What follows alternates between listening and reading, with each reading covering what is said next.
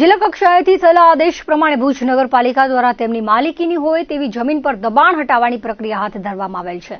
ત્યારે આ પ્રક્રિયામાં અનેક બાબતો ગેરકાયદેસર અને વિનાશક હોવાનું દેખાઈ આવેલ છે।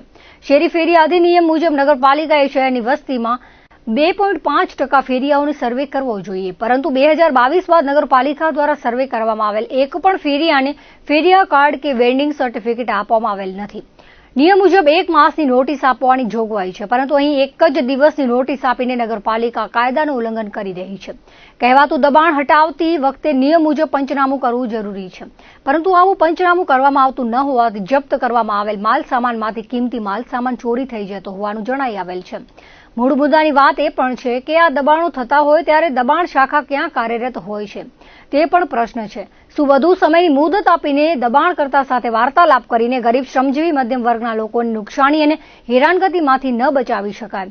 તેવા પ્રશ્ન સ્ટ્રીટ વેન્ડર એસોસિએશનના પ્રમુખ મયુર ગોરે કર્યો છે।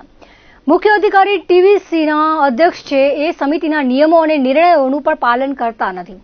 ભુજ શહેરના ફેરિયાઓની મુશ્કેલીઓ દૂર કરવા માટે વેન્ડિંગ ઝોન મંજૂર થયેલા છે, તેવા એક પણ વેન્ડિંગ ઝોનનું નિર્માણ ભુજ નગરપાલિકા દ્વારા આજે 7 વર્ષમાં કરવામાં આવેલ નથી, જે તેઓએ ફરજિયાત કરવાનું છે। નો વેન્ડિંગ ઝોનનું પણ કાયદામાં પ્રદાન કરવામાં આવેલ છે।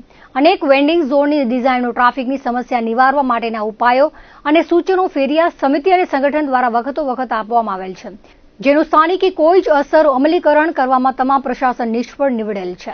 અનેક જવાબદાર અધિકારીઓ અને પદાધિકારીઓને આપવામાં આવેલ સૂચનોની અવગણના શહેર અને નાગરિકોના અધિકારોનું ઉલ્લંઘન કરે છે અને એસોસિએશન દ્વારા જિલ્લા કલેક્ટર અને સીઓ ભુજ નગરપાલિકા સમક્ષ 2022 બાદના સર્વે કરવામાં આવેલ દરેક ફેરિયાઓને ફેરિયા કાર્ડ અને વેન્ડિંગ સર્ટિફિકેટ તાત્કાલિક અસરથી પૂરા પાડવામાં આવે તે ઇચ્છનીય છે।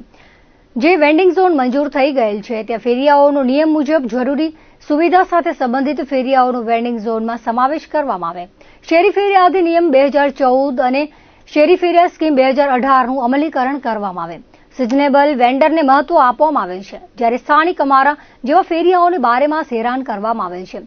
નવી જૂની શાક માર્કેટમાં થયેલ હેતુફેર કોમર્શિયલ દબાણો દૂર કરીને ત્યાં મુખ્ય હકદારોને સુપરત કરવામાં આવે અથવા જે લોકો જરૂરિયાતમંદ છે તેવા લોકોનો બંને વેજીટેબલ માર્કેટમાં સમાવેશ કરી શહેરના રોડ રસ્તાઓ પરથી ટ્રાફિક ઓછી કરવાનો પ્રયત્ન કરવામાં આવે। ફેરિયાઓનો સાચો ડેટાબેઝ જાહેર કરવામાં આવે। કોમર્શિયલ દબાણો કરનારા મોટા માથાઓ અને માલેતુજાર લોકોને ઓળખીને તેઓના દબાણો દૂર કરવામાં આવે અને યોગ્ય પાત્રતા ધરાવનાર વ્યક્તિઓને ધંધા રોજગાર માટે જગ્યા ફાળવવામાં આવે। ફેરિયાઓને કે દબાણકર્તાને પોતાનો પક્ષ રજૂ કરવાની અને માલ સામાન ખસેડી લેવાનો પૂરતો સમય આપવામાં આવે તેવી માંગણીઓ કરી છે।